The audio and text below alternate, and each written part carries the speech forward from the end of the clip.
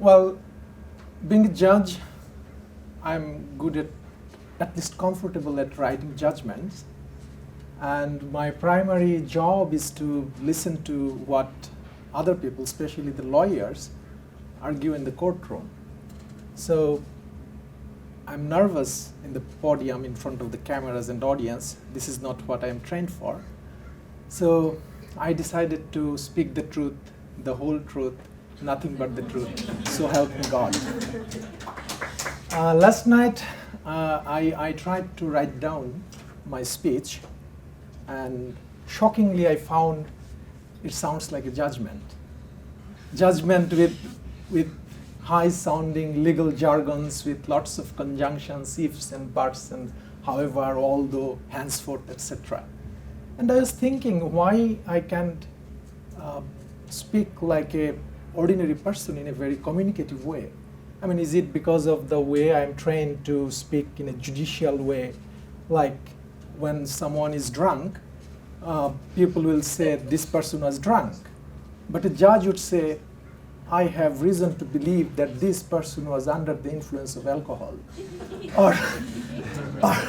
or when someone is not trustworthy, people would say this person is telling lie. A judge would say, I am convinced this person,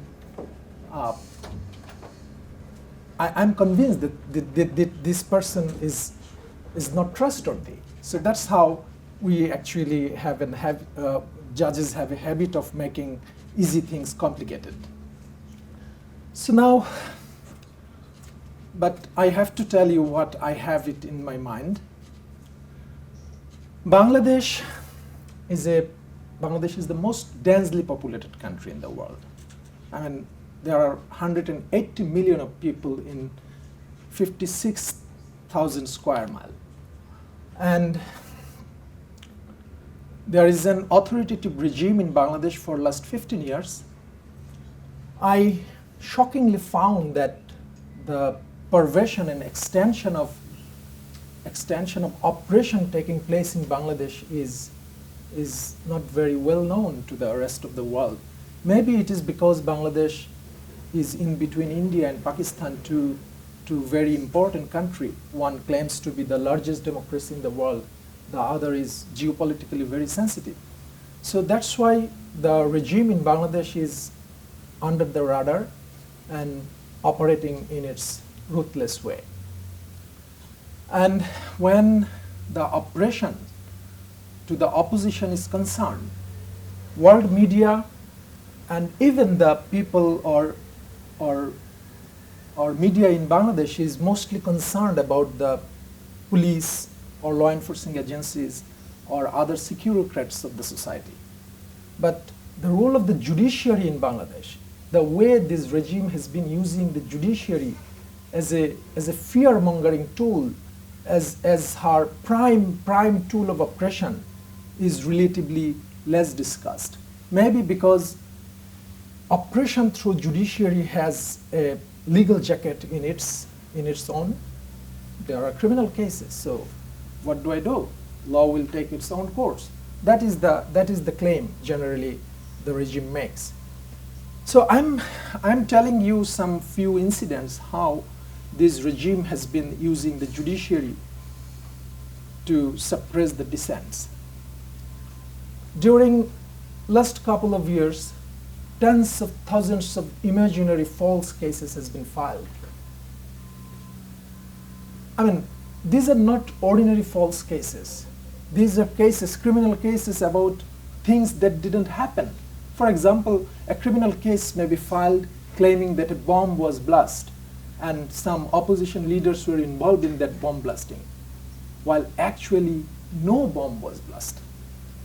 It was like continuing a murder case without a dead body. It was like prosecuting someone for a murder charge while there was no murder at all. And the prime strategy this regime makes is they mention that there were 2,000 anonymous accused. This anonymity of the accused literally makes everyone of that district a potential accused. Police may arrest anyone, produce him to the court, and claim that this person was involved with that incident. And the judiciary in Bangladesh invariably sending everyone into the jail without verifying the authenticity of the claim, without verifying whether the accusation was well-founded or not. Currently, more than 85% of our total prison population are in pre-trial detention, because these cases are so baseless, so fake, with imaginary events and fake witnesses, that actual conviction is not possible. So what the regime is doing, they are keeping those accused in pre-trial detention for extended periods. Judiciary invariably denying bails to everyone. So that's how more than 85% prison populations are pre-trial detainee. While Felix was mentioning about political prisoners, and he mentioned that in Cuba there are around 1,500 political prisoners, I was shocked, because the number is more than 50,000 in Bangladesh, and nobody cares. 50,000. In any given Sunday, the number is more than 50,000. And there are opposition leaders who have 200, 250, 300 criminal cases pending against them. So, few days ago, I'm sure that most of you have read Franz Kafka's famous novel, The Trial, wherein one Joseph K. was arrested and prosecuted by an autocratic regime, and he was never communicated what was the charge against him. Few days ago, New York Times published an article about Bangladesh titled as "Quietly Crushing a Democracy, Millions on Trial in Bangladesh."